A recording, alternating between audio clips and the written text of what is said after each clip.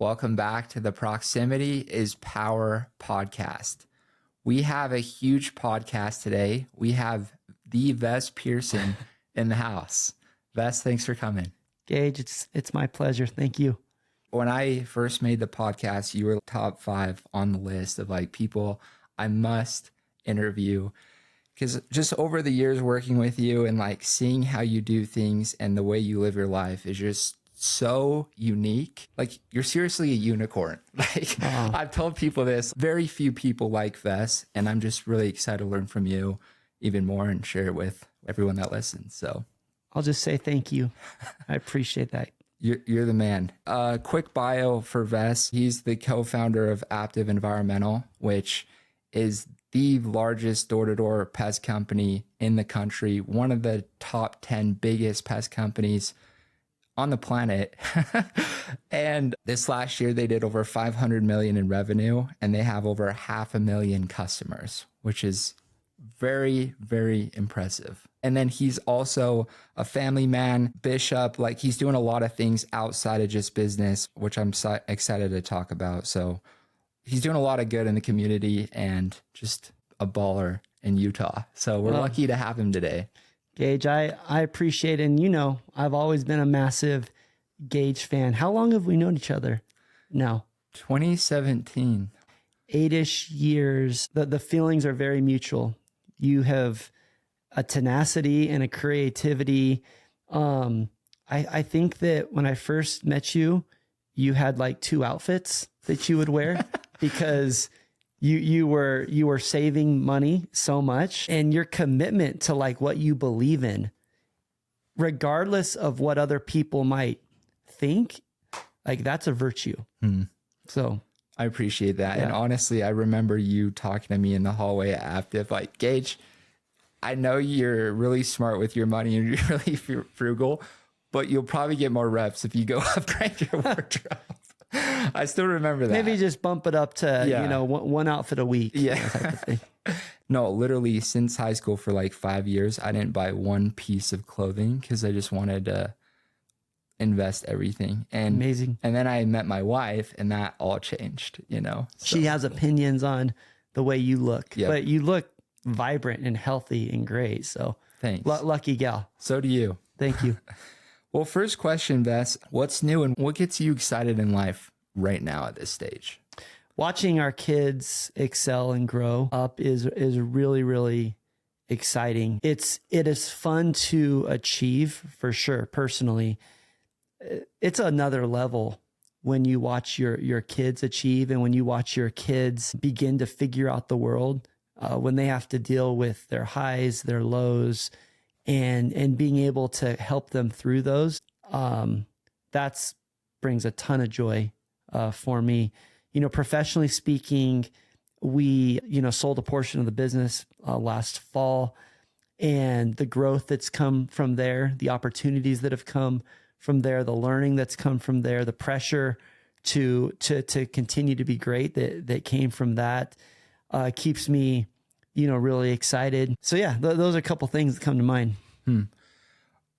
Like, so many people see you, right? And like, you're this crazy business owner, father, husband, you've been a bishop, you've always been someone that goes to the gym and like takes care of your body. So how do you do it all, Vess? I think that I heard on a podcast or read in a book or something that, we say that we don't have time for things, but I don't think that that's a very honest assessment. Typically, it's a bit of a cop out. You just take a 24-hour day. Okay. Most research says sleep for 8 hours. In fact, taking a lot of pride in sleeping for 5 or 6, you might actually be less productive if you slept for 8, because maybe you're going to be more alert and you're going to have your wits about you. So if you sleep for 8, you're down to 16. And then if you're like, hey, I need to put in 10 hours at work because I don't believe, especially at certain points in your career, that a typical work day is going to get the job done if you want to really, really excel. So let's say that's 10. So you've slept 8, you worked for 10, you're at 18, you have 6 hours of discretionary time if you're working 50-hour work weeks. And then you throw on a weekend where you know, oftentimes you're not working. So you get that 10 hours of work back on a Saturday and a Sunday. Well, if you have 6 hours of discretionary time for 5 days a week, that's 30 hours. And then the weekend, you get another 20. That's 50 hours per week of discretionary time. And so how do you get a lot done? You just write it down in your calendar. You just put, I'm going to the gym in my calendar. I love to play golf, but I'm also busy, but I play plenty of golf. I hear people say, I don't have time for that. No, you do. Just put it in your calendar and make the time. So that would be I would say my secret. I heard a quote the other day that said, yeah, don't prioritize your schedule, prioritize your priorities. Yes. And I love that because most people say they don't have any time, but then you look at their screen time on their phone maybe and they're 3 hours on TikTok and social media. And so I love what you said, just like plan and be intentional with that. And then one more tip on that is if you have enough discipline and confidence in yourself that you will use your time to do good things that bring value, and whatever value means to you, value in a relationship, monetary value, some type of accolade. If you can have enough confidence that you'll use that time wisely, then you'll be able to invest in people that will help you do the mundane, do the things that suck a lot of time, but that don't bring a lot of value or don't bring a lot of happiness. And then, you know, that 50 hours of discretionary time went to 60 because you eliminated 10 hours of mundane. Wow. A lot of people that's so hard for, especially like early entrepreneurs, they're control freaks, right? And they think if they don't do it, then it's not going to get done or the way they want it to get done. So what advice do you have for someone like that? The idea that you can do everything well is an absolute illusion. You can do a few things well. And so if you're an early entrepreneur, then run to the hard things and do those very, very well. Because here's the thing. If you fail at the hard things and at the big things, do the little things matter? No. Absolutely not. So have other people do the little things. You focus on the hard things. I'm reading a book right now called Who Not How by Dr. Benjamin Hardy. And he says so many entrepreneurs like look at all their task items and they're like, how am I going to do this? How am I going to do this? How am I going to do this? And like, how am I going to do them all? Don't worry about the how. Who's going to do this? Who's going to do that? Yes. Who's going to do that? And focus on the things that only you can do or you're best at or like the most important things. And then, yeah, delegate the difference. So amen. Yeah, I'm trying. I'm working on that right now. So I just had to ask you about that. And one thing you said too is like to get extreme results in life, you have to do extreme things and you have to devote extreme time to that thing. So talk about that. Totally. I've said on a lot of podcasts or opportunities to speak, I've given my thoughts on balance, and perhaps people will get tired of hearing it, but I really believe that, a quest for balance is a quest for mediocrity and average. I think that what we really need to understand is what are our priorities and how loyal are we going to be to those priorities, and then match our time and our effort and our ambition with the things that matter most to us, as opposed to putting equal amounts of time into all of the buckets. If you are in medical school or law school, or you are starting a new business, or you are trying to perform at a professional level athletically, it's going to require way more time in those things than anything else. And the sooner that you kind of stop being enamored with balance, I think the sooner that you can really begin to get gains from the competition. So what would you tell someone that's a young entrepreneur? How much time to allocate to different areas of their life? Once again, it goes to, what are your priorities? Yeah. Like, what do you want most? Yes. Yeah. If your priority, at one point, my priority was, hey, I'm going to get an accounting degree. I'm going to get an MBA, and I'm going to be a deal maker attorney in New York City. That's what I thought I wanted. So if that's what the priority is, then I need to put a whole bunch of time into my accounting degree. I need to get really, really good grades so that I can get into the proper law school. And then when I'm in the law school, hey, I want to, perform and be at the top of the class because I want to work at a top firm in New York City. And so that's how I'm going to allocate my time. It's really, I think the work is in understanding priorities first. I love that. And I think too, and you've mentioned this, there's different seasons of your life where you'll be more invested in one area than exactly another. Yeah. Yeah. Your priorities are going to change. You're not married to priorities for, your whole existence. So, right. I mean, from 2006 through roughly 2022, I was all Aptive. Like that was so much of my identity. Beginning in 2022, I start to build a leadership team that has a little bit more experience, that can take some of the load. And now I'm in a season where all of those things, Aptive still really matters. But I have 4 kids, and Harper is 13 years old, my only daughter. I have 5 years left where she's going to live in the house. Wow.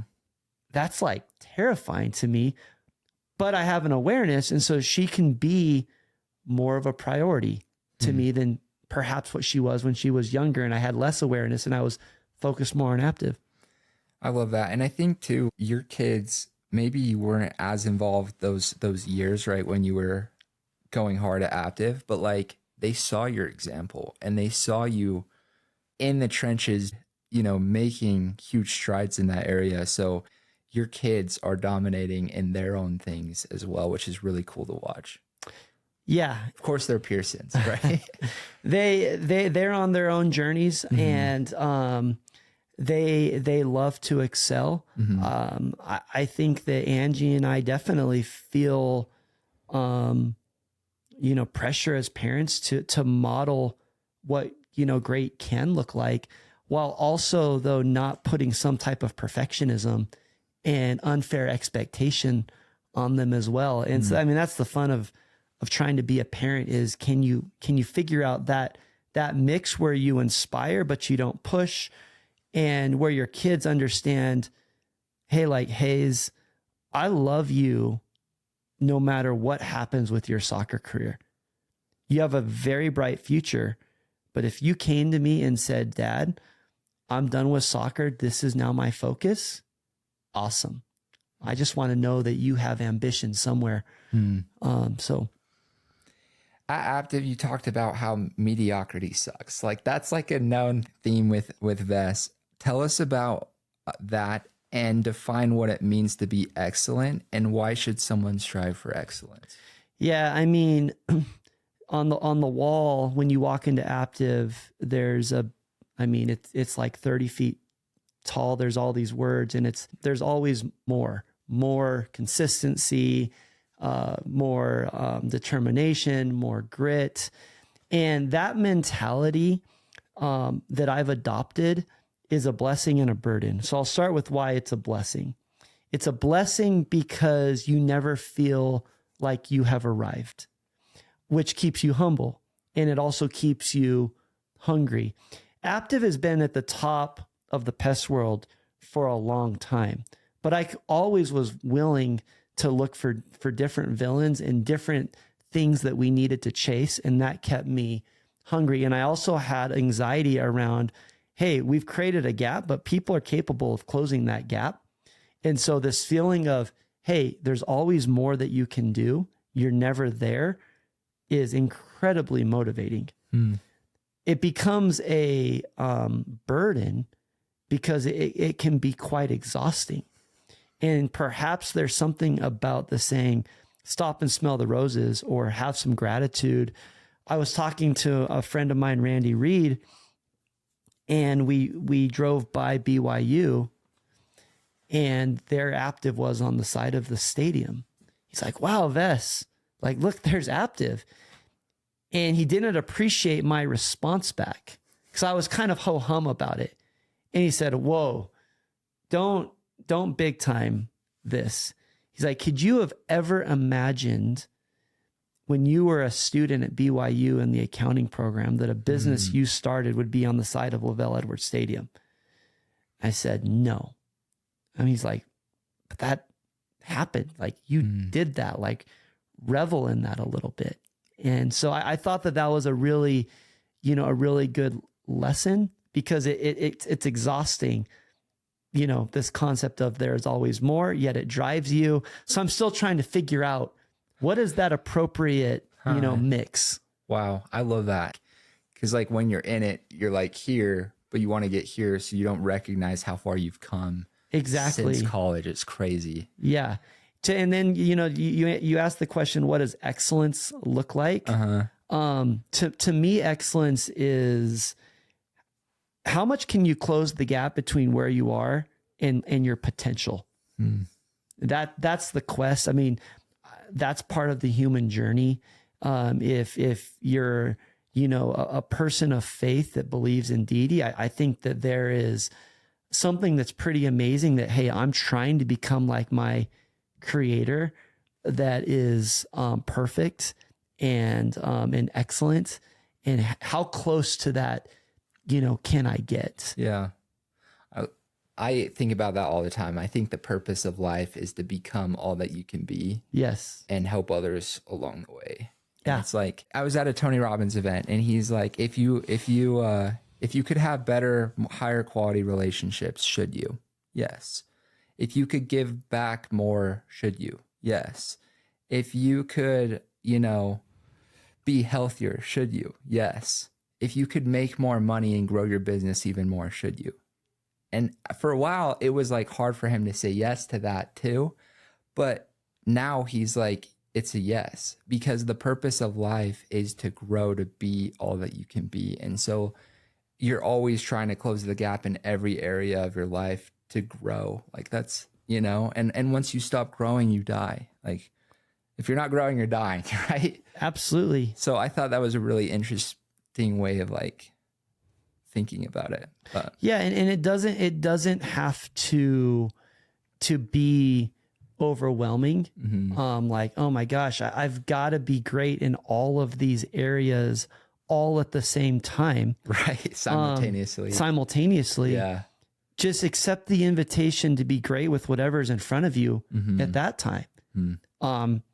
Hey, Vess, like at 12:15 today, Gage invited you to a podcast. Okay, go in there, make sure you got good sleep the night before, like go through your morning routine, go be great for Gage. And then, sometimes you're not as good as you could have been, but at least like, I gave it my all. And as humans, we're not always going to be optimized. Athletes, they miss shots and they miss putts and so on and so forth. But it's manageable when you don't think about it all collectively or cumulatively. It's just whatever's in front of you at the time. Yeah. Like put your all into that. I love that. You've accomplished so much, Vess, and I want to ask, what was your why at the beginning, and how has it like changed over the years? I think that in the beginning, there was just a chip on my shoulder in that I saw other people that were succeeding, and I thought, if they can do it, I can do it too. I think that my love language is probably, or it was more like words of affirmation. And so there certainly was some motivation around praise and, hey, you're doing a really good job, and look at what you've done.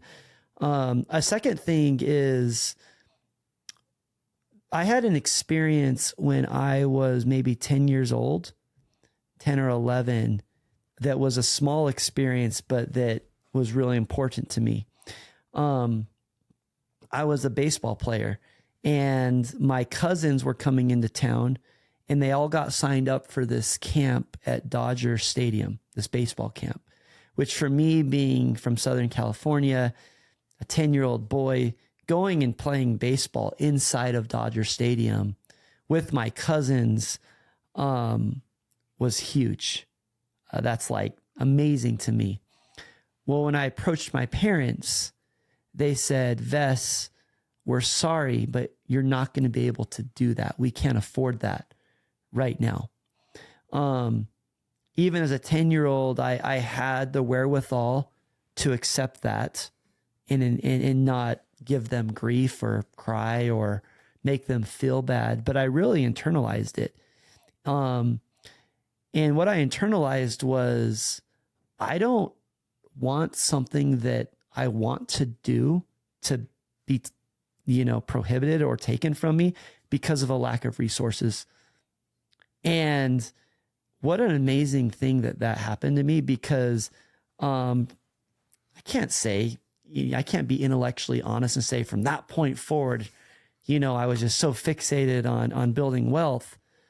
But that was a piece of it for sure. Mm. I think about like my friends in high school. We were in a nice neighborhood in Orem, went to like the rich kids school, right? And it was funny because like my parents had more than most, right? And we saw none of it. Like everything we had to go earn. Like if we wanted something, we had to go figure out a way to earn the money to go get it. Even like to play football, we had to come up with half of whatever it costed to play. And I think about, like, in the moment, I hated it because I saw my other friends just given everything. Yeah. And I resented my dad for a lot of years for that. But that was like the best thing ever. One of the things he always said is, I would never deprive you of the experience of getting it yourself. And that was like such a cool thing, because I feel like so many parents want to give their kids more than they had. Yeah. But I think you should instead like teach them to be more than you were. I just think about that, and that's really cool because like, yeah, you weren't able to do that, and so it just lit this fire in you to go make it happen, so you could always do things that you wanted to do like that. You've been in a long career with Aptive and pest control. Talk about like one of the hardest moments where you didn't think you're going to make it or the company was going to make it. Man, for a lot of time, it was very rosy. We'd set these goals, we'd achieve them. We'd sell a business, exit, maybe there'd be a little payday. And it felt kind of easy, to be honest. And then in 21, we set out to sell our business. We'd been growing top line revenue, and we said, hey, let's create some liquidity. Sales reps have ownership, others have ownership. We want to get them a payday, and so on and so forth. And we failed. Like we didn't get the job done. And as part of that, we grew revenue really, really fast. And that created a cash issue. And so, there was a period of time where I'm looking at, hey, I've got to raise tens of millions of dollars, or else we may not exist anymore, which was crazy because the street and everyone else thought like Aptive is just doing so incredibly well because of the success of the salespeople. But as Tony Robbins teaches, if you don't have a 20% EBITDA business, do you even have an actual business? Top line revenue does not make you a great business. And we had not figured out how to, grow revenue, but also be profitable. And so that was, harrowing. In fact, I had so much like anxiety that I went to the doctor a few times because I felt like I was going to have a heart attack. I felt so much pressure in my chest. It was a rough time. Wow. How did you overcome that? You know, like despite that anxiety, I still was able to keep an inner determination and an inner peace that kept me pretty determined. And so, long story short, I met a private lender that, you know, they lend billions and billions of dollars. And I said, hey, I'd like to tell you about Aptive. And I told him everything. In a very transparent, no puffery way. Hey, this is what we're really good at. This is where I've messed up. And therefore I'm right here.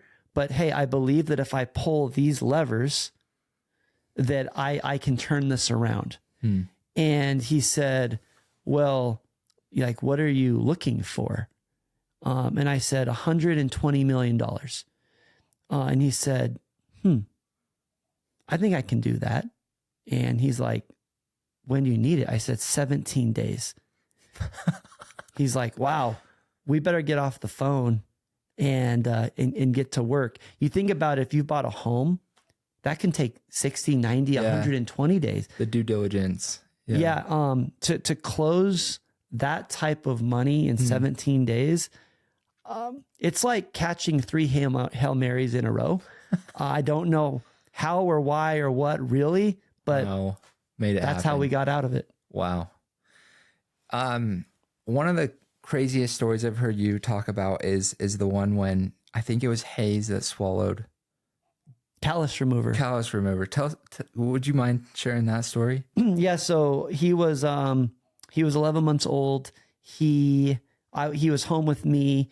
He crawled into our shower and he got a hold of callus remover. So, you know, substance you put on your hands or your feet to get rid of calluses, but he swallowed it. Well, your esophagus is supple and soft. You can imagine what callus remover would do to your esophagus. So he essentially turned his esophagus into a rope to where when he would even drink a bottle, liquid couldn't go down. It would just puddle. And so he'd have these procedures where they would go in and they basically put a balloon and they try to stretch it. But one of these times they actually tore the esophagus, which was a risk. We didn't know that had happened. And so then he drank a bottle. And when he drank the bottle, then all of the milk went into his organs and made him septic. Septic is when your organs are basically polluted and your body's shutting down. And so one day, you know, he was at home, and this had we had been at the hospital earlier. We didn't know that that this had happened. He was banging his head against his crib. He was in so much pain. We take him into primary children, and I knew something was really crazy when they gave him a shot and he didn't respond. He's a baby. Babies always respond to a shot, and his coloring was awful. Then a surgeon came in and took him, and as we're walking to the waiting room, the anesthesiologist said, I need you to be aware that your son is dying right now. And then he was gone for 5 hours. Now, the happy ending to that story is that Hayes is very, very healthy and has some, a tight esophagus, but no long lasting, real medical issues. Wow. But yeah, that's the Hayes story. And then at that same moment, though, you were in a lot of like business stuff was happening at the same time. Yeah. It was, competitor. It can be a ruthless space, right? And, salespeople are valuable, especially ones that are experienced and that have talent and have proven that they can do this job. And so a very large competitor with far greater assets was after us. And I was managing this Hayes situation, but I was also going through this. And so I was meeting with salespeople in the middle of the night. because that's when I could. And this competitor would meet with them until, midnight. And I'd say, come over right now. And we'd meet. But, doing those types of things that might sound exhausting, but when you go and you like put it all out on the line like that, you are invigorated. Like it does the opposite of exhaust you. It makes you thrive. It energizes you. And so, like jump into those, opportunities. Especially for people that are so competitive like you and me, Yeah, exactly. Exactly. What are some of the highs from the journey? Like things that you look back on and like, that was a big win for you or for the company or. Yeah. I mean, in October, we paid out $100 million to employees. Wow. $100 million. Crazy. That's crazy. Yeah. That's not widely known, but that's what the number was. That's really cool. I mean, Utah's not that big of a place. And granted, some of these people, live elsewhere. That certainly was a high. Just, being able to build a business that someone else wanted to buy. There's three things about business that are really hard. First one is, can you generate revenue? Like, can you actually figure out a product or a service that people want to buy? That's tough. Once you achieve that, number two is, can you actually generate profit? So can you, sell something, and when you factor in all your expenses, have some money left over? That's really hard as well. The hardest part though is, can you actually create liquidity? Can you get somebody else to believe, enough in your business that they want to pay you for it? And so, having failed miserably in 21 and it being a public failure, everyone in the space knew that we had tried to do this and we didn't achieve it. To get that done in 24 and to land such a great partner in Citation, was certainly a really, really big, high for me. I would say other highs are looking at the way, or the quality of the people that we attract, and not just salespeople, which we're so proud of our salespeople, but finance people and strategy people and technology people and human resources people. Like, oh my goodness, like you are willing to give your career to me and to Aptive. That makes me feel awesome. I'd also like to add, Vess, you've changed my life. Your company's changed my life and so many people that I know. I'm just so grateful that I, met with Tosh right before high school ended, and he sold me on doing this job, because nothing's changed the trajectory of my path more than door to door in this job and what I've learned and the leaders that I had at Aptive at such a young, pivotal age, Well, and what I will say though to you, Gage, is once again, like, thank you for that comment, but genuinely, like, you have changed my life too. Tosh has changed my life too. Chase Williams has changed my life. And all of these amazing people on our corporate staff have changed my life, because as the founder and the CEO, you get the spotlight. Like it or not, it's given to you. As cliche as it sounds, I am nothing without a Gage and without all these other people. You just can't do it alone. Thanks. You were always, your mindset and your mentality and your leadership always pushed me to do more and be more. And there was always another level, and I was always chasing it. So that was super impactful. What has been most difficult about being an entrepreneur, would you say? Sometimes you have to make decisions where you have the full picture, and you understand, you have all of the pieces in front of you, but the people that your decision affects, they maybe only have 25 or 50%. And so therefore they question your intention or your decision, which there's no, I'm not defensive about someone questioning me, but you certainly get a little bit self-conscious because you're like, man, if you understood, if you had all of the information that I have, perhaps you would actually view it more similarly to the way that I, am viewing it. Yeah. And so that can be a challenge. I think another challenge is, I've built a great team, and as a result of that, I don't have a lot of like day-to-day responsibilities. Like the beautiful thing about the business is if I get hit by a bus, Aptive carries on. That doesn't mean that I don't provide value and vision, and that maybe we would be better with me than without me. But I've created a system where the business carries on. Nevertheless, it's always there.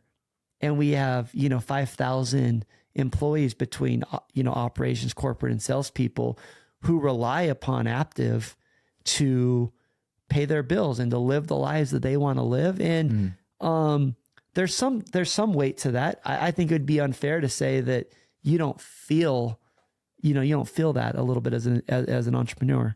Yeah, that pressure. Yeah. Constant pressure.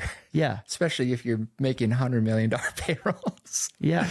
I had James Graves on yesterday, and one thing that he talked about you, and he said that you're one of the most impactful people in his life. And he said that one thing he respects about you is like, whether he agrees with the moves you're making or not, he knows you're making the right moves, and that you do the best thing for the company. And that was something that he really admired. Yeah. Well, that's very nice of James. And I feel the same about him. He's been an incredible partner to me for a really, really long time. And frankly, he's given me so much confidence because he's so kind and uplifting to me. But leadership is never pandering. It's making the right decision. It's a quest for the truth. And sometimes the truth means something gets a little bit harder for one area, but a little bit easier somewhere else. But, directionally, that's just where you have to go. What surprised you on your journey of growing Aptive from no revenue to where you guys are at now? What surprised me? Or what are like big lessons you've learned throughout that? I mean, the biggest lesson that I've learned is that a failure is your greatest teacher, and that there is not greatness without failure, because there wouldn't be adequate learning experiences without having really, challenging times. I'm very relieved that I understand that principle, because when tough things happen, I now am able to approach them with the mindset of there's opportunity here, and there's learning here, and there is growth here. So I can have gratitude for this really hard thing that's been going on. And, and as great as Aptive is going right now, like this last quarter, there were a few, obstacles that we had to overcome, and we're coming out stronger, because of that. So that's something I've learned. Something that surprised me is how quickly you can actually change your direction. It's like I said, in 21, we're nosediving. Like, we're running out of cash. We're not profitable. And by 2025, you've got a deal done, with a private equity company, and you're thriving. Wow. And so, you can flip the script, pretty quickly. That's really cool. I thought that was fun to watch. Yeah. I mean, you weren't watching, you were actively in it, but what makes a great leader, and what leadership lessons have you learned? A great leader for sure needs to just really care about the best interest of the individual. And that sometimes means giving them hard, information or things that they don't necessarily want to hear. Allowing people to believe things that are just false, but might make them feel good, is never helpful. However, opening their mind to possibility that you really believe in for them is incredibly helpful. I think a good leader is always genuine. They're sincere. Typically, great leadership is coupled with being visionary and seeing around corners and helping people believe that we're here, but getting to here is very, very doable. So a few things that come to mind. Instilling belief. Yeah. Totally. You and I are both fans of Kobe Bryant, and you honestly got me more on the Kobe Bryant track. Yeah. He's been a huge mentor from afar. Why do you admire Kobe, or what lessons have you learned from Kobe? Oh man, I have consumed probably every piece of media that exists about Kobe Bryant. That might be a little bit of hyperbole, but I've consumed a lot. He was always so nuanced in his thinking. Everything about Kobe was very, very meticulous. It was well thought through. His willingness to absolutely do what other people would not do at a level and at a consistency level that is unmatched is extremely exemplary. The fact that he retired from basketball, we'll just call him a top 5 player of all time, and within a couple of years won an Emmy and sold a business for $400 million just shows you what type of human being he was. Wow. Yeah, I think that's one of my favorite things about Kobe is like he got to the NBA. He wasn't the best. So he decided he needed to out-train everybody else, and woke up at like when most people were starting practice at 8 a.m. or 7, he was up at 4, and then did that day in, day out for a decade, you know? Yeah. Like it's just insane. Like everyone says they want to be the best, but who's actually willing to work to be the best, you know? The answer to that question is the person that loves whatever they're after the most. When you love something so much, you're willing to do whatever you have to do to get that. Think about you're about to have your first child. You haven't even met this human yet. Is there anything, Gage, that comes to mind that you wouldn't do for this child that you don't even know yet? Nope. No, because of love. And so, Kobe was able to identify the things that he loved in his life. And that love was so deep that it forced him and carried him and allowed him to do really, really hard things. And it wasn't just like the love for basketball. It was the love to be great. Yes. Love of achievement, love of success. And completely embracing the journey of what it takes to be great.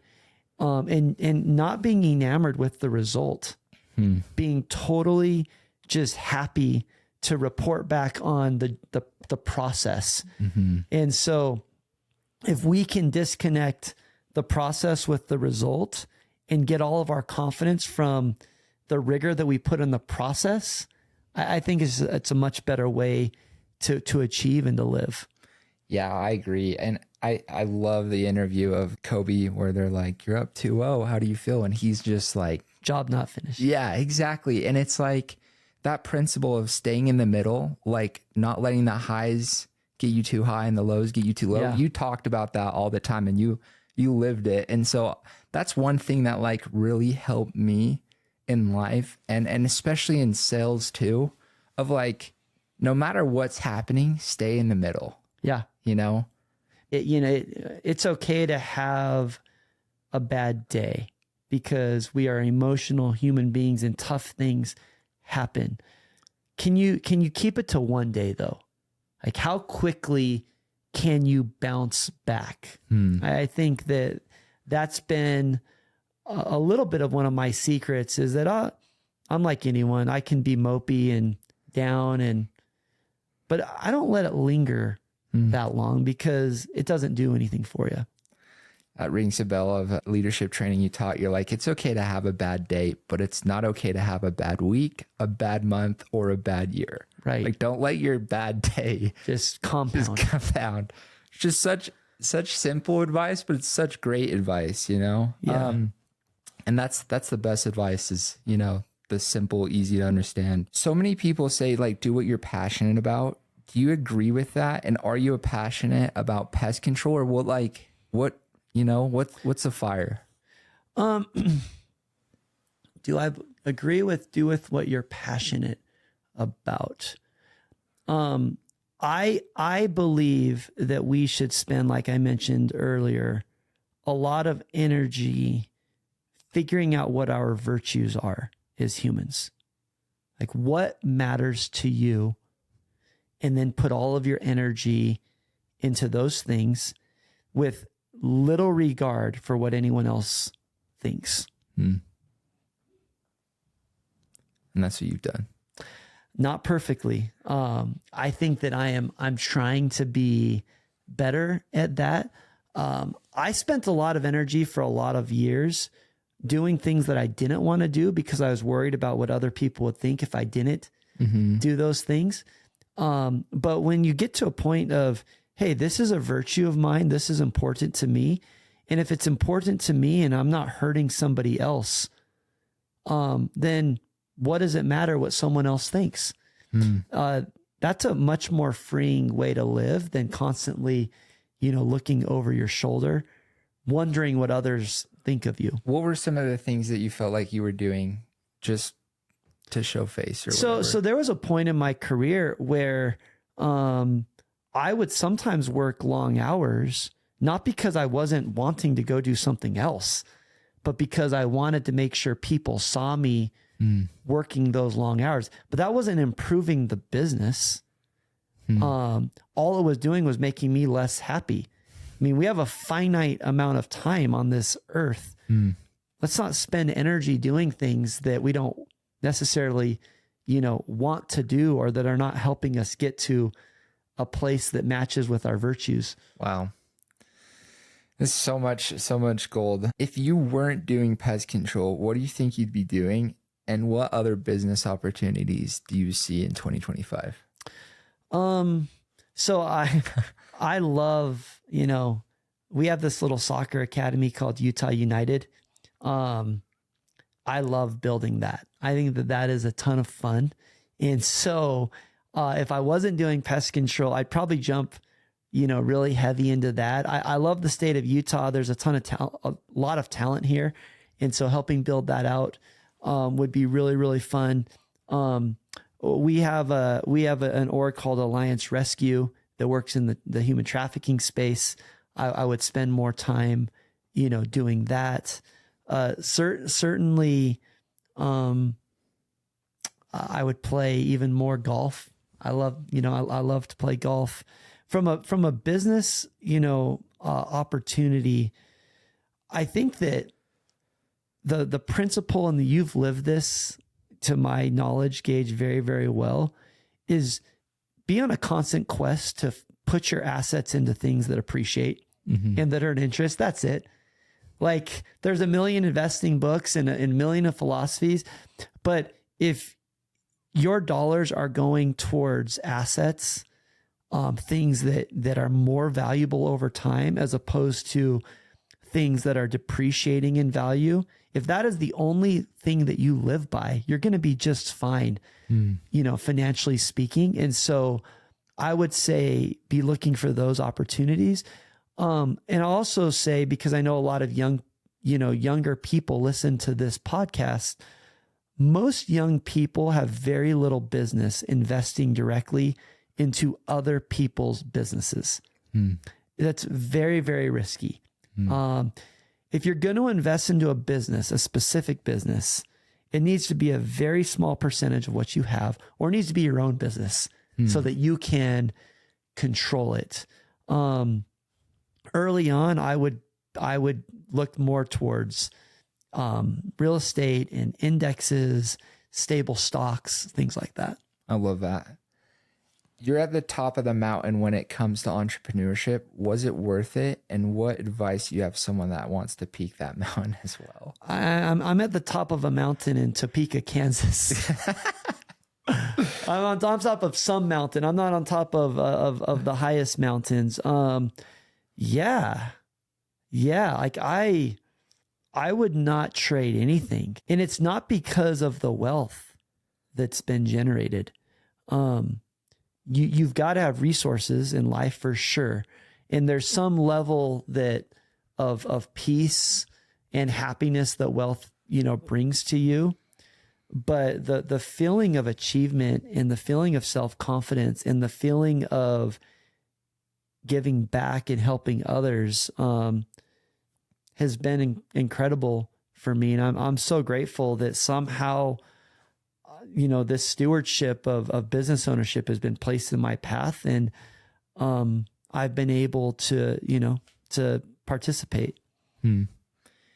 I heard a quote from you recently that talking about how so many people focusing on building mansions on earth, but they should be worried about the mansion they're building in heaven. Talk about that. That was interesting because I'll give you the context of that, because I actually saw that go kind of show up on social media a lot. And that wasn't a planned thing, but we were having a company event, and then typically, like work and spiritual things, you try to keep separate, a bit. And so someone asked me a question. I think it was something along the lines of, what are your views on spirituality? And I think there's around 1,000 people, at this event. And I kind of panicked internally a little bit. So I'm like, man, I am a spiritual person. I do have tremendous faith. And so I don't want to skirt the question, but I also have an awareness of, I'm the CEO of Aptive, and you need to keep those things kind of separate. And that's just where, the thought, hey, we ought to care more about our mansion in heaven than on earth came to mind. And I think that it just appropriately articulated the fact that if your main endeavor is building wealth for, the consumption of things, as opposed to building up other people and building up your family and building up things that really can last, that maybe you should reconsider your priority. Wow. I love that. You just whipped that off top of your head. I was grateful that thought came into my brain, because that was really good. I did have this moment of panic of like, I don't want to be a sellout. Like, I don't like cancel culture. I feel like if people have faith and belief, it's okay to talk about it. Yeah. But there are boundaries to that in a business, environment. For sure. That's awesome. In fact, my wife, she was actually, because she started seeing it on social media. She's like, what did you talk about at work today? Then I explained the context. She said, oh, okay, that makes more sense. Last final questions, Vess. This has been really fun. Do you believe that proximity is power? And if so, how important has it been to you in your life? Oh, I love the name of your podcast. And you have lived this in your life. Like, as long as I've known you, you've set up lunches with anyone and everyone that you could, so that you could learn, and so that you could be around people that you have admired. How old are you, Gage? I'm 26 now. 26. The lifestyle that you've built is incredible. And so I believe in it because I'm looking at you. And it's not only that you're doing well from just like financially speaking, it's your aura, it's your eyes, it's just your body. Like, you just exude this confidence and this happiness. And you've lived that principle. For me, I'm only achieved the things that I've achieved because of who I've chosen to be around. And so I'll just say massive amen to my belief in proximity is power. And honestly, like that's why I think this industry of door-to-door sales is so cool, because you can get mentorship from guys doing so much better than you, or people that you could learn so much from, like no other business out there. Like me at 18 had no business being in a room with a guy like Vess, you know, but like I got that and it was so impactful, you know, because like you only change your life if you change who and what you spend your time doing. And that's one thing, like at Aptive, you guys did the Ecuador trip every year. And I'm like, I have to be on that, because I was looking at who else was going. And I'm like, I just love to be in those rooms. Some of our best, I think, conversations were in Ecuador. Yeah, painting the school or whatever we were doing. I agree 100%. 3, 2, 1 pivot. What are 3 books that have impacted you the most and why? 2 people and 1 quote. 3 books, 2 people, and 1 quote. And 1 quote.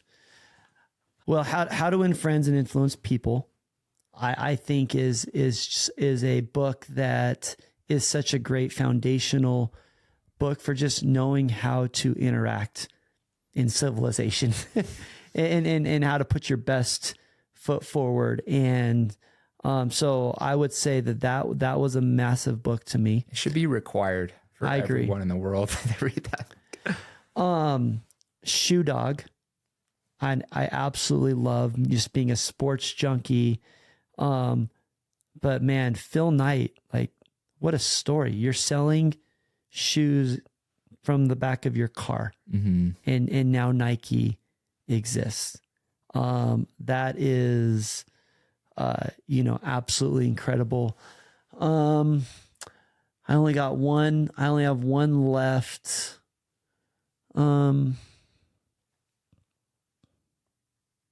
I probably would also then go with the book on Steve Jobs.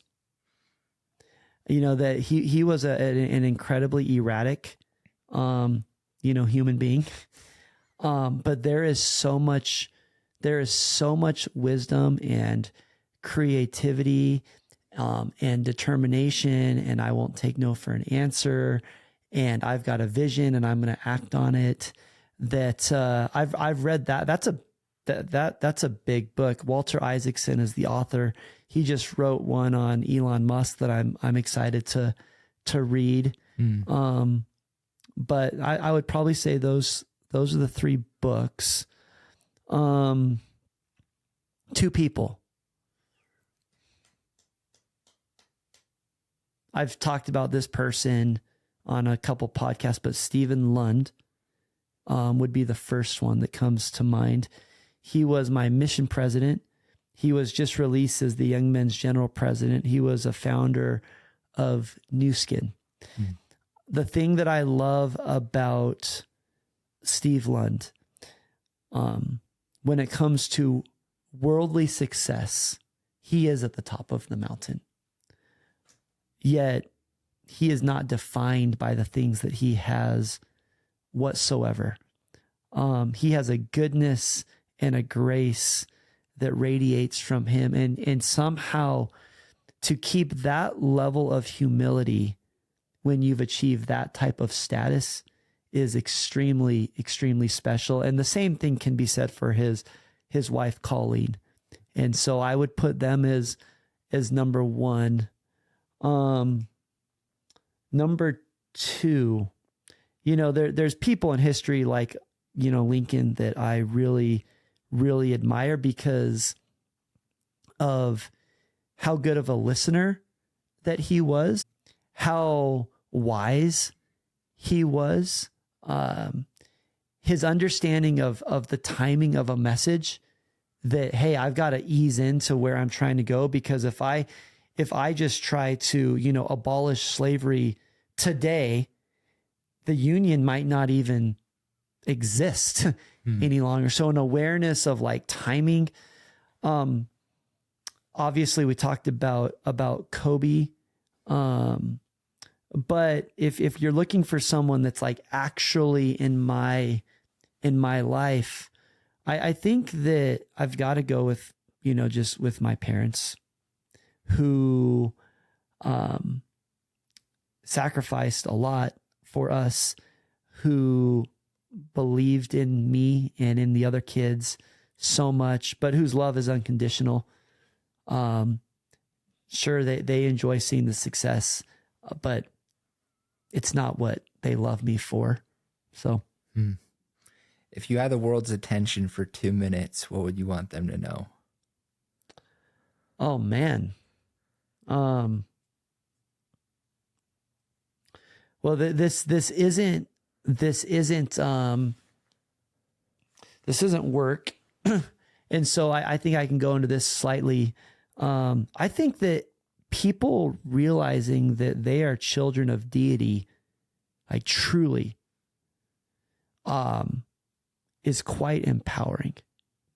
That if you are feeling like down and out, but you can have a realization that you have a God that is also your father, and that his love is so intense for you. How can you stay down that long? Right? If people really embrace that thought, I think the world would be a little happier. I agree. We're all sons or daughters of a king. Yeah. And we can create. Exactly. Where can people find you, Vess? Oh man. Well, are you talking about like my Instagram? Yeah, let's go there. What is my I think it's Vess 4. Yeah, Vess 4. What you should really do is follow Hayes' YouTube channel for soccer. Heck yeah. That's kind of cool. But yeah, Instagram, I'm there. I'm on LinkedIn, I believe. Actually, I know I'm on all the social media platforms. Heck yeah. So, well, Vess, thanks again for your time. I know how busy you are, and you coming out to do this with me means a lot. So I really appreciate it. Thank you, Gage. You're the man. Thanks again for listening. If you got value from this episode, like, share it with a friend, and until next time, peace.